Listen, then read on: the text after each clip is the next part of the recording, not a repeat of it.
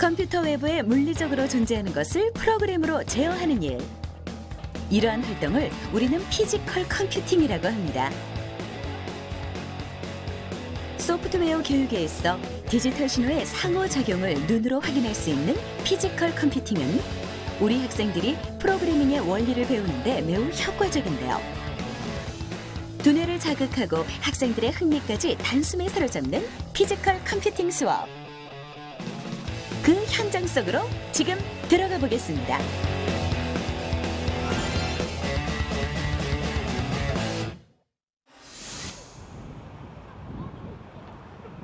이번 시간에 만나볼 친구들은 수원시 영통구에 위치한 효원초등학교 학생들입니다. 장난감 대신 컴퓨터를 더 능숙하게 다룬다는 오늘의 주인공들. 천진난만한 모습 속에 가려진 프로그래밍 실력이 벌써부터 기대가 되는데요. 자, 이번 시간 학생들과 함께 배울 수업 주제를 공개합니다. 오늘은 저번 주에 했던 카드게임 다시 한 번 더 하고요.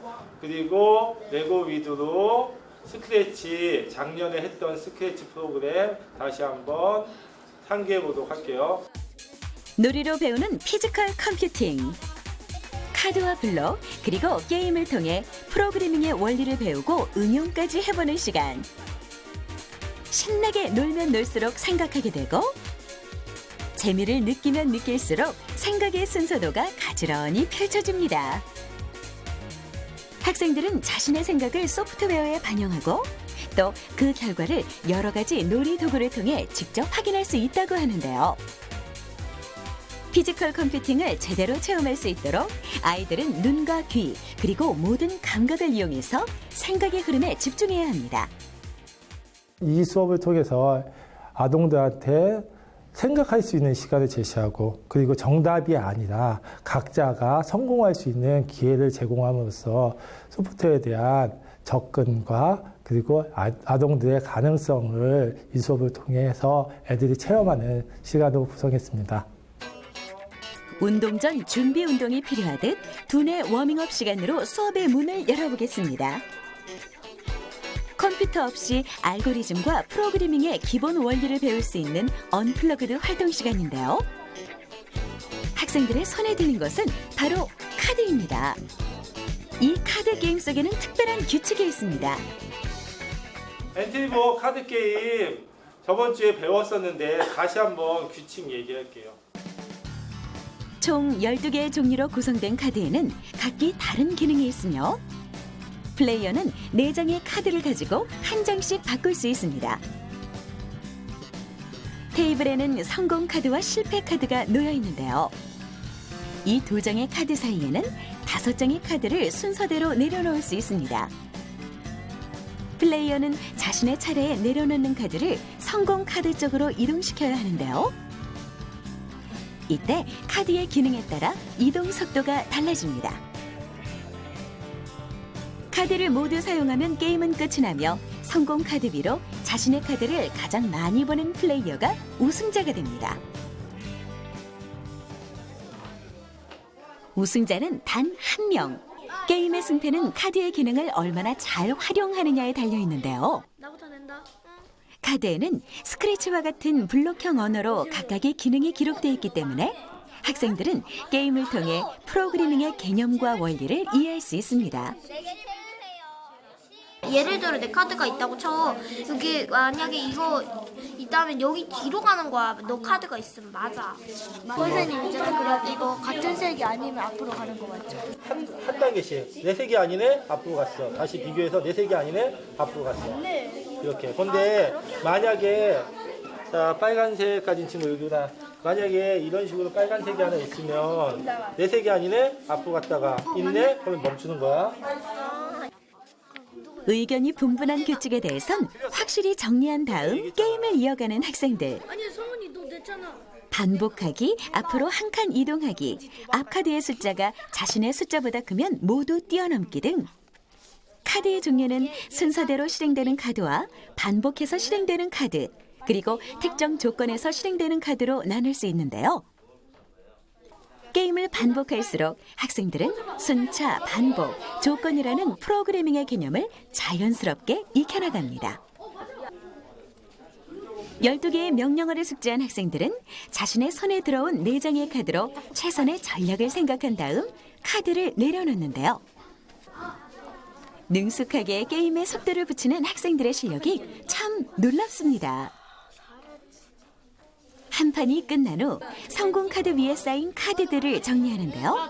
학생들의 순위가 결정되는 순간입니다. 하나, 둘, 셋, 넷, 다섯. 나 4개. 나 3개. 꼴등. 나 2개. 자, 1등씩. 지능이 좋은 카드가 있었고 뭐 그 카드를 잘 활용해서 이겼어요. 카드를 복제해서 이겨보고 싶어요. 카드 게임을 하며 문제 해결을 위한 절차를 생각하고 프로그래밍의 기초를 배우는 시간. 학생들은 재미있는 언플러그드 활동을 통해 컴퓨팅적 사고 능력을 차곡차곡 쌓아갑니다. 카드 게임을 하면서 이 기능을 사용해서 이기고 지고 하는 게 되게 재밌었어요. 스크래치를 많이 하고 있는데 반복이랑 이런 능력을 아직 그렇게 많이 사용하지 못해서 반복 같은 걸 많이 사용하고 그리고 해야 된다는 생각이 들었어요. 학생들의 책상 위에 컴퓨터가 등장했습니다. 두뇌 워밍업을 제대로 했으니 이제 본격적으로 프로그래밍을 할 차례인데요. 컴퓨터 밖의 물체를 통해 프로그래밍을 확인할 수 있는 피지컬 컴퓨팅. 이번 시간 학생들이 활용할 피지컬 컴퓨팅의 도구는 바로 블록입니다. 여러 가지 블록이 있는데 이 중에서 여러분이 선택을 할게요. 선택을 하면 조립 설명이 다 나와 있어요. 자, 조립 설명을 보고 조립을 해 나갈게요. 하나씩 조립을 해 나가는데 조립이 끝나고 나면 마지막에 블록을 쌓아서 여러분들이 코딩을 할 수 있게 나와 있어. 코딩을 할 수 있게 코딩까지 할 거야. 기본 코딩까지 지금부터 여러분들 설명서를 보고 시작하겠습니다. 선생님의 말이 끝나기 무섭게 블록 조립을 시작하는 학생들. 2명씩 한 모둠이 되어 선택한 모형을 쌓아나가는데요.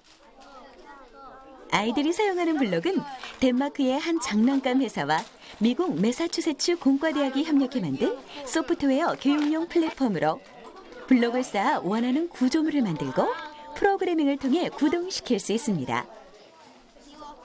정교한 조립식 장난감을 만들듯 설명서를 따라 신중하게 블록을 다루는 아이들. 생각보다 쉽지 않아 보이죠? 지금 팽이를 만들고 있어요. 네. 이거 보고 만드는 거 어렵지 않아요? 어렵긴 한데 같이 도와가면서 하면 안 어려워요. 설계가 복잡할수록 함께하는 모두먼과의 신뢰는 단단해집니다. 소프트웨어 수업의 근본적인 목적은 생각하는 순서와 방법을 익히고 생각의 응용력을 높여 문제 해결력을 키우는 데 있는데요. 학생들이 스스로 익힌 문제 해결 방식 중 하나가 바로 친구와의 협력인 것이죠. 서서히 학생들의 작품이 제 모습을 드러내기 시작하는데요. 조립을 마쳤다면 다음은 프로그래밍 차례입니다.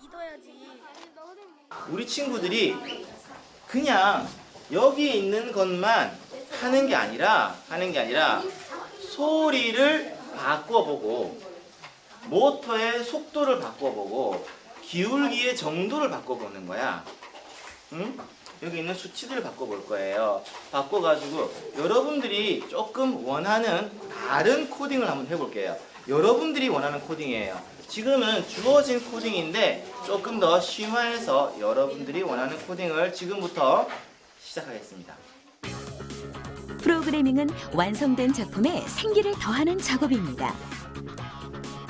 학생들은 주어진 환경에 만족하지 않고 스스로 생각하고 끊임없이 연구하며 창의적으로 표현이 가능하도록 명령어를 응용해 보는데요.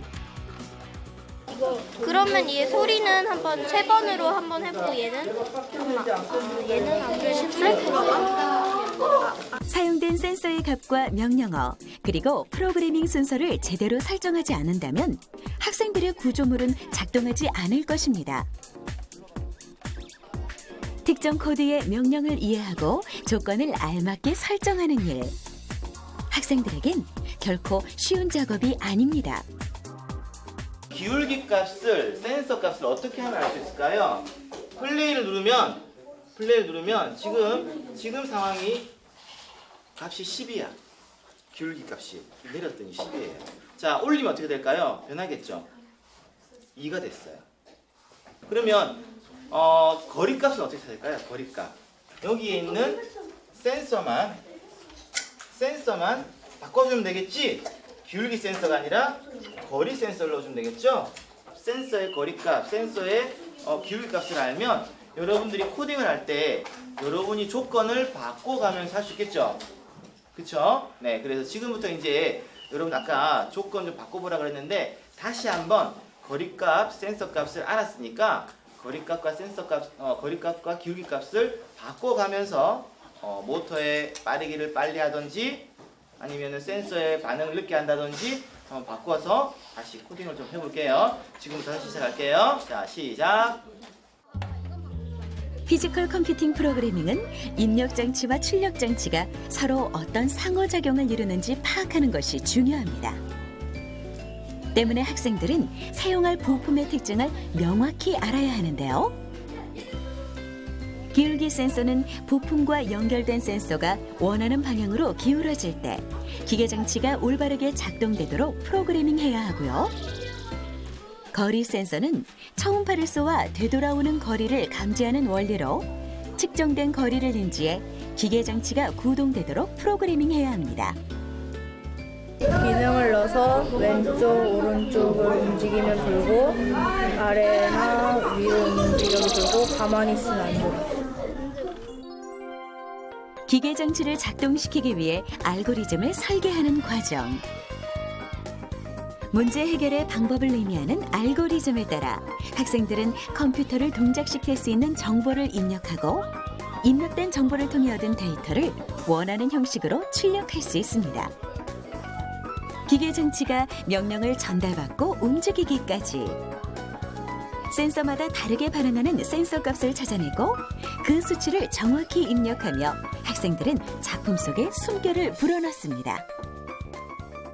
여기 뒤에서 이거를 누르면 날개가 올라가면서 이게 기울어지잖아요. 그러면서 센서가 작동돼서 여기서 소리가 나는 거예요. 스크래치에도 많이 관련이 있고 그리고 이런 전자기기에도 많이 움직이는 게 있잖아요. 그거 명령어를 한데도 그 전자기기 명령어 같은 거 살짝 비슷한 걸 배울 수 있었어요. 여러 가지 모양의 블록과 센서들, 정해진 재료와 한정된 환경에서도 아이들의 창의력은 빛을 발하는데요. 서로의 아이디어를 모아 작품을 이루니 개성 넘치는 기계 장치가 탄생했습니다. 이 움직이는 구조물들은 학생들이 발휘한 프로그래밍 실력의 결실이라고 할 수 있는데요. 이렇게 디지털 신호와 물리적 장치의 상호작용을 이해하는 과정을 통해 아이들은 자연스럽게 창의적인 사고력을 다질 수 있습니다. 어디 센서 두 가지 썼어요. 뭐 썼죠? 기울기 센서, 거리 센서, 그리고 아까 기울기 센서하고 거리 센서가 스크래치에서 어떻게 값을 받는지를 얘기했었죠. 네. 지금서부터는 그 두 가지 센서를 가지고 스크래치에서 게임을 만들어 볼 거예요. 학생들에게 주어진 다음 미션은 스크래치 게임 만들기. 기울기 센서와 거리 센서를 이용해 움직이는 공을 튕겨낼 수 있도록 프로그래밍 해볼 텐데요. 여러분이 먼저 이런 프로그램을 짤 때는요, 생각을 하는 거야. 어떻게 만들 건가. 그걸 말로 하고 블록만 조립하면 돼요. 여기 블록 조립이에요. 간단.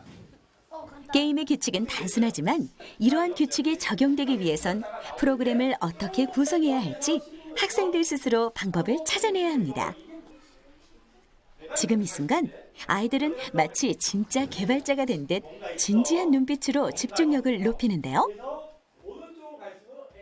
센서를 넣어서 센서가 1일 때, 3일 때, 아니면 2일 때, 4일 때 갖고 할 수 있겠죠. 자, 그러면 마우스가 아닌 기울기 값으로 한번 조정할 수 있게 프로그램을 코딩을 다시 한번 해보세요.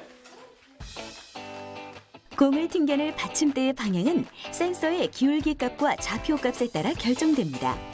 학생들은 센서가 기울어지는 방향을 선정하고 받침대가 이동할 수 있는 X 좌표의 범위를 찾아 그 값을 입력해야 하는데요. 코드 순서에 맞춰 프로그래밍해야만 알고리즘을 완성할 수 있습니다.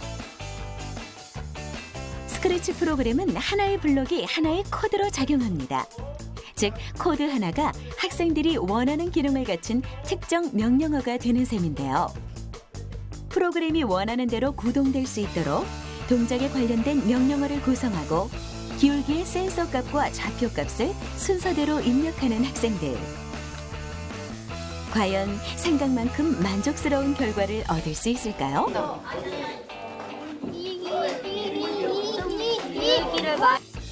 다급한 목소리로 센서 값을 외치는 학생. 보아하니 설계한 프로그램이 제대로 작동되지 않습니다. 이렇게 하면 네. 딱 한 번 하고 나면 프로그램이 종료. 무한반복. 오케이, 그치? 얘네가 다 했어. 프로그램이 반복적으로 구동되도록 제어하는 명령어를 놓친 것 같은데요. 정답을 알려주기보다는 스스로 생각할 수 있도록 유도하니 학생들은 생각보다 빠르게 문제를 해결합니다. 어떤 명령어를 어떤 순서로 나열할지 끊임없이 탐구하는 것. 이러한 배움의 과정을 통해 학생들은 논리적으로 생각하는 방법을 터득해 나갑니다. 거리 센서 값이 어떻게 되죠? 이렇게 4, 몇에서 몇? 100, 1에서 100. 0에서 100. 어? 0에서 0에서 100. 그래, 0에서 100이죠. 그래서 이렇게 가까이 갔다 뛰었다 가까이 갔다 뛰었다 하면서 이 발을 움직일 수 있어요. 그렇죠? 이번에는 거리 센서를 활용해 볼까요? 기울기 센서와 거리 센서의 프로그래밍 과정은 동일합니다. 하지만 반응하는 센서의 기능이 다르니 받침대가 이동할 수 있는 좌표의 범위도 달라지는데요. 거리 센서는 초음파가 되돌아오는 거리를 0에서 100까지의 숫자로 구분하기 때문에 학생들은 센서 값을 정확하게 찾고 그 중간 값을 입력해야 합니다. 이제 거리가 20보다 커지면 어떻게 되겠어요? 플러스 10을 해야 되겠죠. 그죠? 20보다 커졌을 때, 거리가 커졌을 때. 자, 이렇게 한번 해놓고 움직여 볼까요?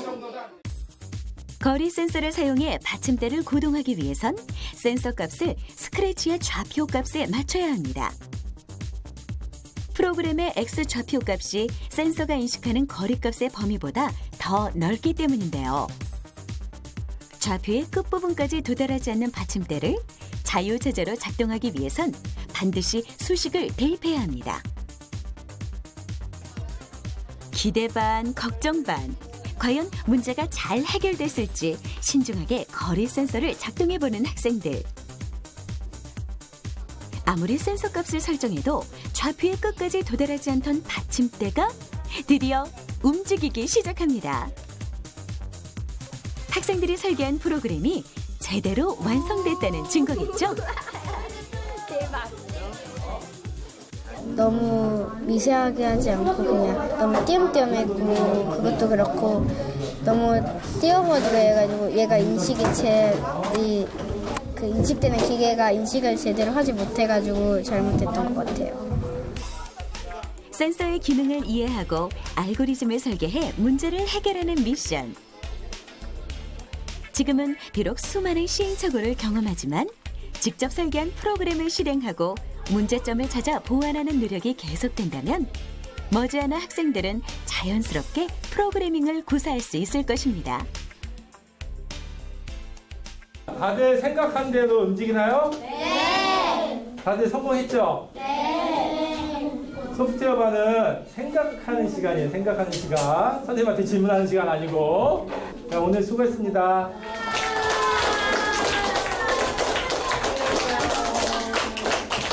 소프트웨어 수업에서 그 규칙을 배우고 스크래치를 하니 너무 재밌었고 신기해요. 그리고 다음번에 또 하고 싶어요. 조립을 하고 또 명령을 해서 명령대로 움직이니까 그것이 신기했어요. 처음에는 소프트웨어가 뭔지 몰라 어려웠는데 해보니까 재미있고 다음에는 더 잘할 수 있을 것 같아요.